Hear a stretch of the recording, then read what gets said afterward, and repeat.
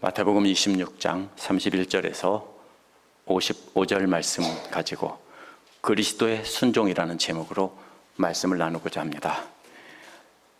예수님은 제자들과 함께 유월절 마찬을 마친 뒤에 찬송을 부르며 올리브산에 올랐습니다. 거기에 보면은요, 예루살렘 성문 밖으로 나오면 기드론 골짜기가 있고요, 그 골짜기를 지나서 다시 올라가면 올리브산입니다. 올리브산에 오르면 오늘날도 예루살렘 성 전체가 다 보입니다. 예수님은 제자들이 모두 자신을 배반할 것을 다 아시면서도 함께 기도해 달라고 합니다. 기도하지 못하고 잠만 자는 제자들을 책망하기보다는 위로하는 모습을 볼 수 있습니다. 이 말씀을 보면서 우리는 어떻게 하면 제자들처럼 되지 않고 예수님의 마음에 합한 사람이 될지 생각해보는 시간을 갖도록 하겠습니다. 31절에서 35절 말씀은 배반할 걸 아시고도 사랑하시는 예수님의 모습이 나옵니다. 그때란 예수님과 제자들이 찬송을 부르며 올리브산에 올라갔을 때입니다. 바로 그때 예수께서 제자들에게 오늘 밤 너희가 다 나를 버릴 것이다 라고 하신 겁니다. 원어의 그 본래 의미는요, 오늘 밤 너희 모두 다 나 때문에 걸려 넘어질 것이다 라는 뜻입니다. 걸려 넘어진다는 말은 구약에서 배교를 뜻하는 겁니다. 예수님을 다 배신하고 믿음에서 떠난다는 뜻입니다. 그런데 어떻게 예수님은 제자들이 다 걸려 넘어진다는 걸 알았습니까? 바로 뒤이어서 설명을 합니다. 왜냐하면 바로 말씀에 그렇게 기록되어 있기 때문입니다. 그 말씀은 스가랴 13장 7절입니다. 그 내용은 하나님께서 목자인 예수님을 치실 것인데 그러면 양떼들이 다 흩어질 것이라는 내용입니다. 예수께서 십자가에 죽으시는 것은 구약 성경에 기록된 것으로 하나님께서 오래전에 이미 정하신 뜻이라는 겁니다. 하나님은 제자들이 모두 예수님께 걸려 넘어지고 배반할 걸 아시고 구약 성경에 기록해 놓으셨다는 것입니다. 그런데 이처럼 모두가 다 배반할 걸 아시면서도 32절에 보면 이상한 말씀을 하십니다. 그것은 내가 살아난 뒤에 너희보다 먼저 갈릴리로 간다는 말입니다. 너희가 다 배반하더라도 예수께서는 부활하신 뒤에 제자들보다 먼저 갈릴리로 가신다는 겁니다. 이게 무슨 뜻입니까? 갈릴리란 제자들과 예수님의 고향입니다. 예수께서는 제자들과 3년 반 동안 갈릴리 지역을 다니면서 함께 제자들을 양육하고 함께 생활하셨습니다. 거기에서 먹고 마시고 가르치고 기적을 보여주시며 제자들과 친밀한 관계를 나누었습니다.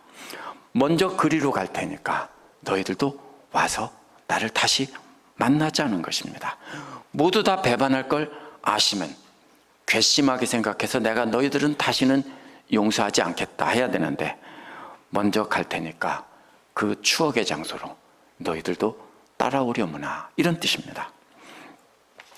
예수님께서는 완전히 배반할 제자들을 다 하시면서도 다 용서해 주시고 예전처럼 다시 친밀한 만남을 갖자고 하시는 겁니다. 예수께서 이렇게 말씀하시자 베드로가 대답하기를 모두가 다 예수님을 버릴지라도 나는 절대로 안 버립니다 라고 했습니다. 이 말 역시 모두가 다 걸려 넘어질지라도 나는 절대로 걸려 넘어지지 않겠습니다 라고 했습니다. 그러자 예수님은 베드로에게 말씀하신 것이 오늘 밤 닭이 울기 전에 내가 3번 나를 부인할 것이다 라고 하셨습니다. 앞에서는 모두 다 걸려 넘어진다고 했는데 이번에는 그 의미를 부인한다로 바꾸었습니다. 예수님께서 이번에는 네가 3번 나를 모른다고 부인한다. 부인한다는 말은 예수님을 믿는 것의 반대입니다. 나는 예수님을 모릅니다라고 3번 부인한다는 것입니다. 그러자 베드로는 예수께서 사용하신 부인한다는 말을 사용해서 한 번 더 강하게 말합니다. 35절에 나와 있는데요, 자신이 예수님과 함께 죽는다고 해도 예수님을 부인하지 않겠습니다. 넘어진다는 말과 같은 말을 말 바꿔서 한 것입니다. 죽어도 부인하지 않겠습니다 라는 뜻입니다. 그러자 다른 제자들도 모두 다 똑같이 말했다는 것입니다.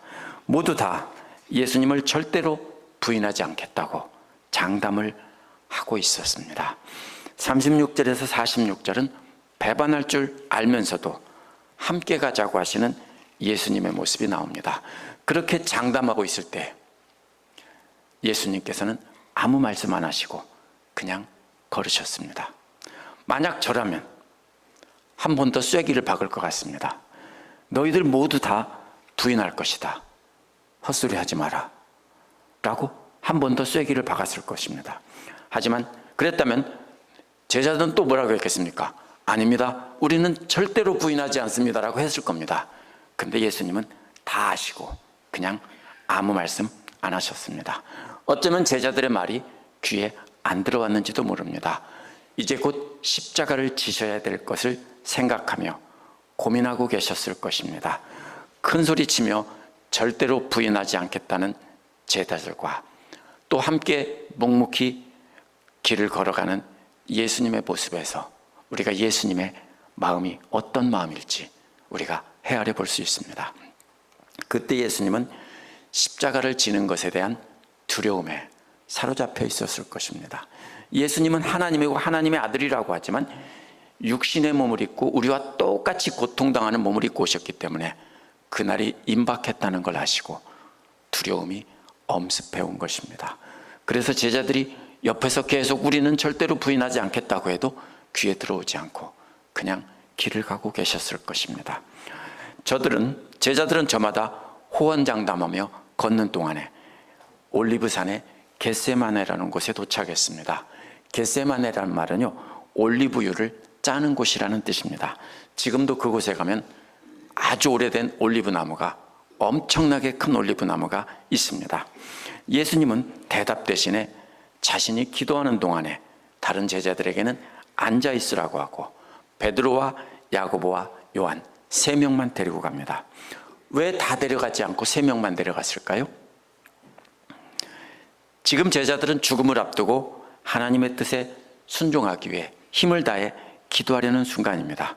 만약 12명이 함께 간다면 산만해지고 기도에 집중하기가 어려웠을 것입니다.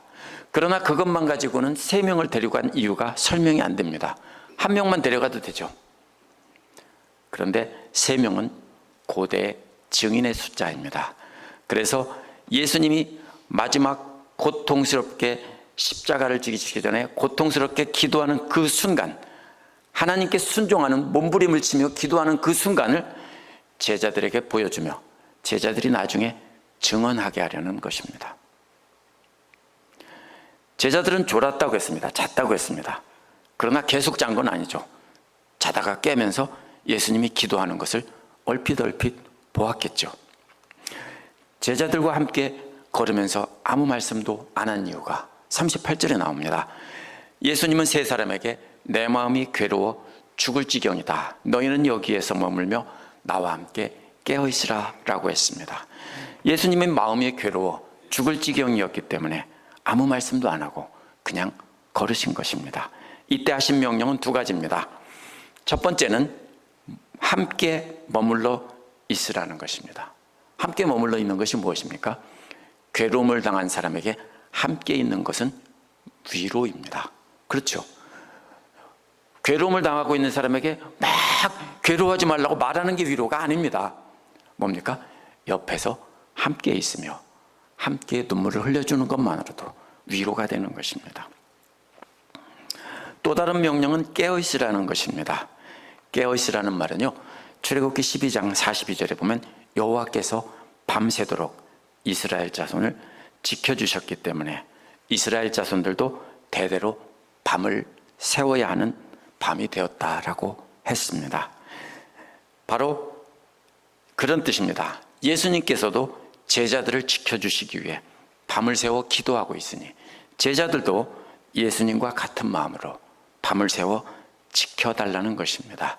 제자들을 놔두고 예수님은 조금 더 멀리 가서 혼자서 기도하기 시작했습니다.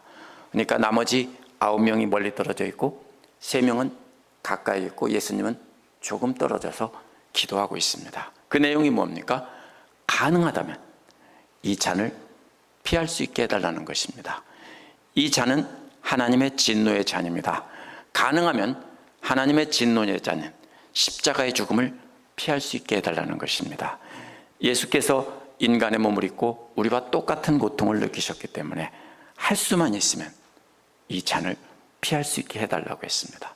그러나 예수님 뜻이 아니고 하나님의 뜻대로 해달라고 했습니다. 예수님의 기도는 자신의 뜻을 내려놓고 하나님의 뜻에 순종해가는 과정입니다. 기도하다가 제자들에게 돌아와 보니 제자들은 자고 있었습니다. 얼마나 야속했을까요? 만약 우리 성도님들의 사랑하는 가족들이 내일이면 죽는다는 것을 안다면 어떻게 하겠습니까? 사랑하는 남편이나 아내가 내일이면 죽는다고 하는데 옆에서 잠을 쿨쿨 잘 수 있을까요? 아마 못 잘 겁니다. 그렇죠? 혹시 피곤해서 졸더라도 얼른 깰 것입니다. 그런 상황이라면 사랑하는 가족들은 잠을 잘 수 없습니다. 왜냐하면 사랑하는 사람과 고통을 함께하기 때문입니다. 그런데 지금 제자들은 어떤 상황입니까? 예수님께서 죽는다고 하는데 큰 소리 치면서 죽어도 예수님과 함께 하겠다고 했는데 모두가 다 자고 있었습니다. 3명뿐 아니라 나머지 9명도 멀리 떨어져서 다 자고 있었을 것입니다. 예수님은 배반할 것을 알면서도 모두 다 용서하시고 부활 후에 갈릴리에서 만나자고 할 만큼 진심으로 사랑하셨습니다. 그러나 제자들은 목숨 걸고 끝까지 사랑하겠다고 말로는 큰 소리 쳤는데 사실은 한 번도 육신의 가족처럼 사랑해 본 적이 없습니다. 제자들은 사랑한다고 생각했을 겁니다. 그러나 사실은 예수님을 따라다니면 인생 역전이 될 거라고 생각했기 때문에 사랑한다고 하고 따라다닌 것이고요. 저들은 진짜로 사랑한다고 생각했을지도 모릅니다. 그러나 그 마음에 숨어있는 마음은요, 예수님을 따라다니면 예수님이 왕이 되면 자기들은 높은 자리에 앉을 수 있다.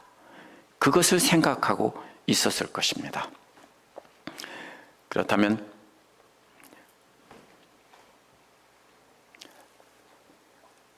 그렇게 할 수 없습니다.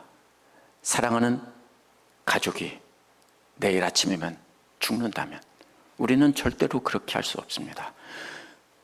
날이 밝으면 죽을 것이라고 말씀하시며 함께 지켜달라고 부탁했지만 제자들은 예수님이 죽건 말건 큰 관심이 없었습니다. 그렇기 때문에 제자들은 그냥 자고 있었습니다. 그런데도 예수님은 그런 제자들을 죽도록 사랑하셨다. 이것이 본문에 담긴 뜻입니다. 예수께서 이런 제자들에게 한마디 하셨습니다. 듣기 싫은 소리. 그게 뭡니까? 나와 함께 단 1시간도 깨어있을 힘조차 없느냐, 이런 말입니다. 밤을 새워달라는 것은 아닙니다. 피곤한 거 인정할 테니까 1시간만이라도 나와 함께 깨어있을 수 없느냐라고 했습니다.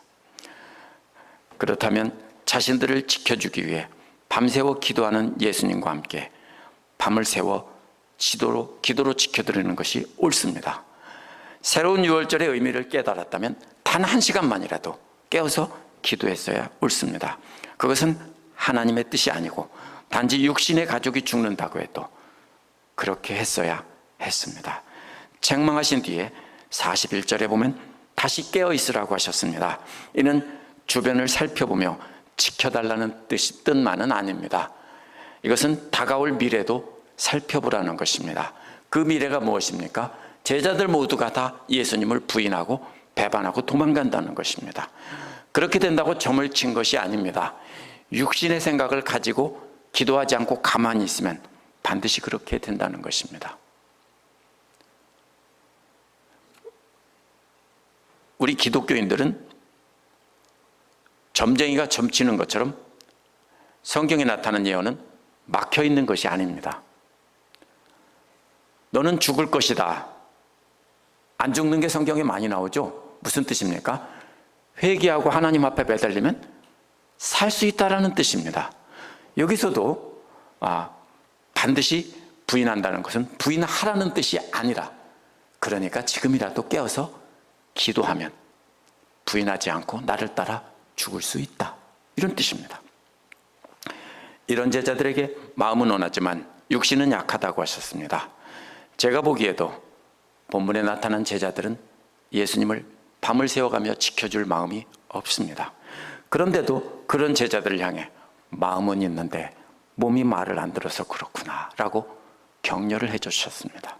사실은 제자들은 마음조차 없습니다. 거짓말일 거야, 안 죽을 거야, 예수님은 우리와 함께 왕이 돼서 우리는 떵떵거리고 살 거야, 이렇게 자기들 생각을 바꾸지 않았습니다. 두 번째로 다시 기도하러 가셨습니다. 첫 번째 기도는 할 수만 있으면 이 잔을 지나가게 해달라고 했는데, 이번에는 피할 수 없다면 아버지 뜻대로 해주십시오. 아버지 뜻에 한 걸음 더 나갔습니다. 기도하시다가 하나님의 뜻을 확인하셨기 때문에 하나님의 뜻을 인정하고 순종하는 것이 두 번째 기도입니다. 예수께서 다시 또 와서 보니 세 사람은 계속 잠만 자고 있었습니다. 이번에는 책망조차 안 하셨습니다. 원어를 보면 마태는 단지 눈이 너무 무거워서 그렇다라고 기록하고 있습니다. 눈이 너무 무겁다. 예수께서 책망하지 않으시고 저들의 피곤함을 이해하셨다는 말입니다. 다시 가셔서 세 번째 기도하시는데, 세 번째 기도는 두 번째와 똑같이 하나님의 뜻에 순종하겠다는 기도입니다. 세 번째 기도를 마치고 제자들에게 오셔서는 남은 시간은 쉬라고 하셨습니다. 자고 쉬라는 말 사이에 자고 쉬라는 말과 보아라 라고 하는 말 사이에 잠시 시간이 있었습니다. 자고 쉬라 한 다음에 그 다음에 봐라, 이게 아닙니다. 제자들이 자고 있는 사이에도 예수님은 자지 않고 제자들을 지켜주고 주변을 살펴보고 계셨습니다. 예수께서 기도하실 때 세 명의 제자들이 에게 지켜달라고 했습니다. 이번에는 예수님께서 지켜줄 차례입니다. 언제요? 제자들이 예수님 기도할 때 밤을 새워 지켜주면서 기도했다면 이번에는 예수님이 지켜줄 차례입니다. 근데 자격이 없습니다. 그냥 잠만 잤기 때문에요. 그런데도 끝까지 예수님은 그들을 지켜주셨습니다. 이것이 바로 예수님의 사랑입니다. 배반할 것을 알고, 이미 마음으로 배반한 것을 알고도 마음을 알아주지도 않고 잠만 자던 제자들도 지켜주시고 피곤할 테니까 자라 하신 겁니다.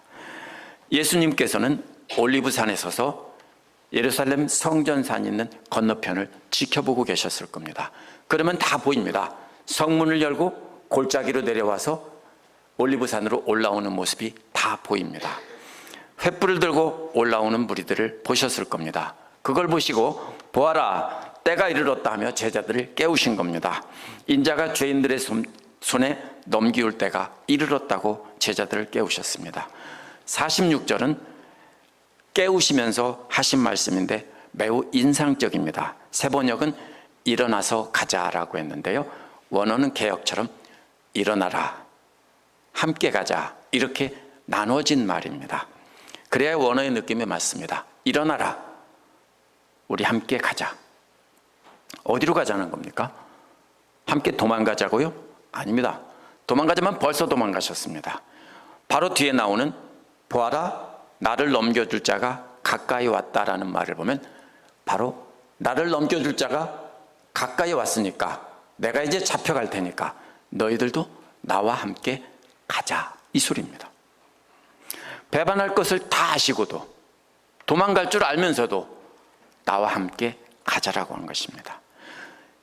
예수님은 다 도망갈 것을 알고도 끝까지 포기하지 않으시고 제자들을 사랑하시며 함께 가자 하신 겁니다. 47절에서 56절은요, 우리가 55절까지 읽었죠. 이 말은 하나님의 뜻에 순종하자고 권면하시는 예수님의 모습이 나옵니다. 47절부터는 잡히시는 장면입니다. 예수께서 말씀하고 계시는 동안에 유다가 많은 무리들과 함께 도착했는데 그게 누굽니까? 대제사장과 백성의 장로들이 보낸 성전 수비대와 로마 군인들이 있었을 것입니다. 로마 군인들은 백성의 장로들과 제사장이 로마 총독에게 협조 요청을 해서 받은 사람들입니다. 성전 수비대는 몽둥이를 가지고 있고요, 로마 군인들은 칼을 가지고 있습니다. 그래서 유다는 예수님께서 군중들과 멀리 떨어져 있는 시간과 장소를 노려서 예수님께서 늘 기도하시던 감람산으로 덮친 것입니다. 유다가 입을 맞추는 것이 잡으라는 신호라는 것도 예수님은 다 알고 계셨습니다. 하지만 하나님의 뜻이기에 그대로 순종하셨습니다. 하지만 제자들은 하나님의 뜻을 알지 못하고 계속해서 불순종합니다. 그 중에 한 명이 칼을 뽑아서 대제사장의 종의 귀를 떨어뜨렸습니다. 그때 예수님은 하지 말라고 경고하셨습니다. 그 사람에게만 경고한 것이 아니라 모든 제자들에게 경고하신 겁니다. 기도하지 않은 제자들은 모두 똑같은 마음으로 그렇게 하려고 하고 있었는데 예수께서는 불순종하지 말고 하나님께 순종하라고 끝까지 권면하셨습니다. 그러면서 하신 말씀이 인상적입니다. 하나님께 부탁만 하면 12군단 이상 되는 천사들을 당장 예수님께 세워둘 수 있다고 했습니다. 로마의 한 군단은 6,000명입니다. 12군단이면 72,000명입니다.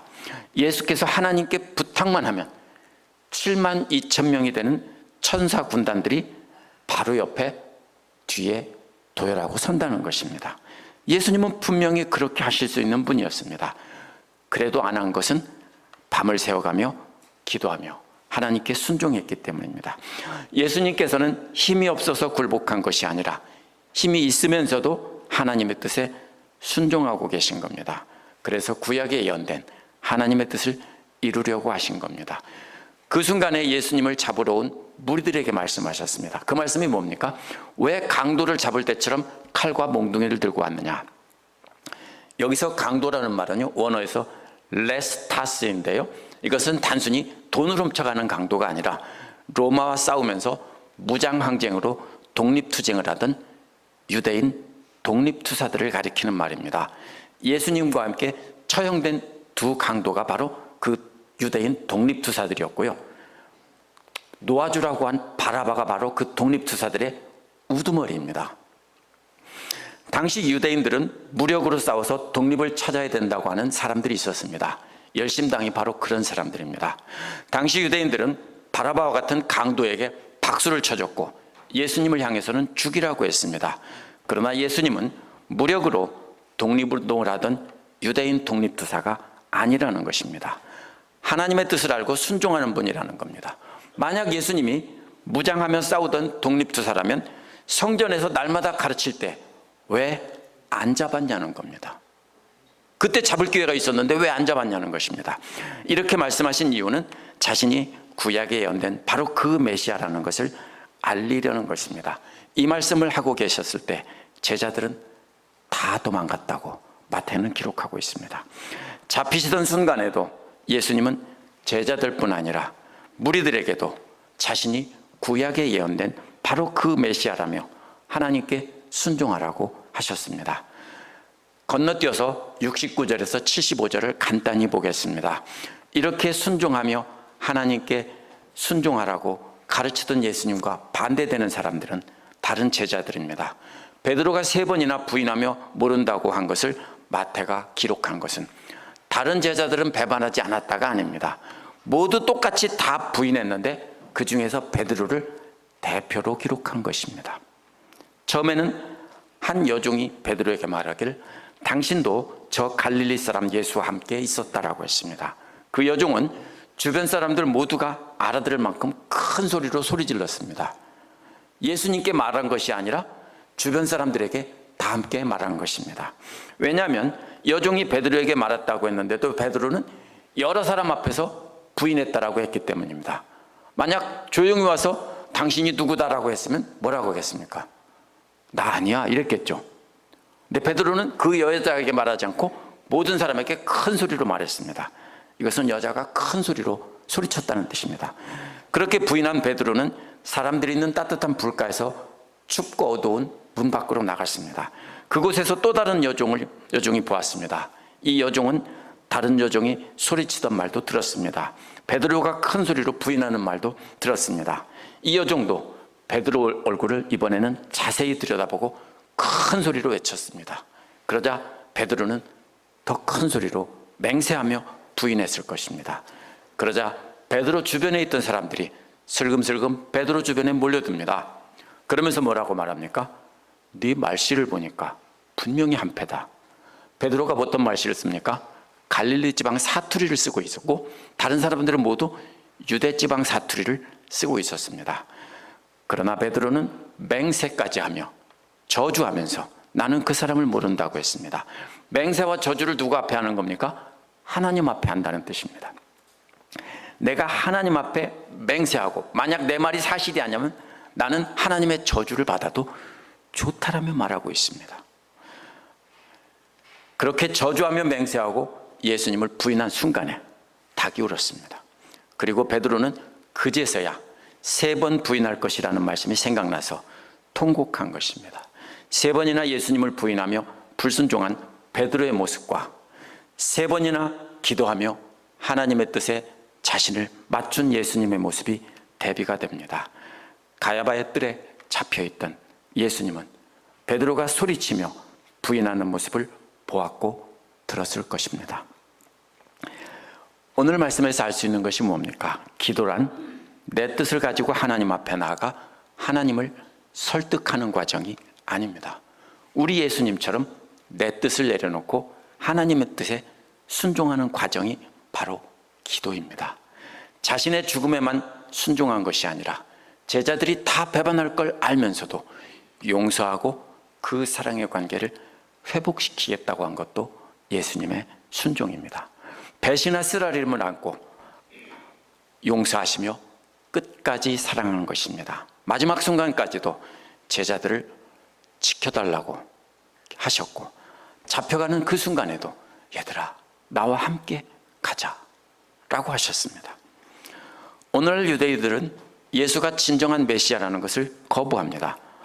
만약 예수가 진정한 메시아라면 이스라엘의 대적들을 멸하고 자신들에게 샬롬을 가져다 줬어야 한다는 것입니다.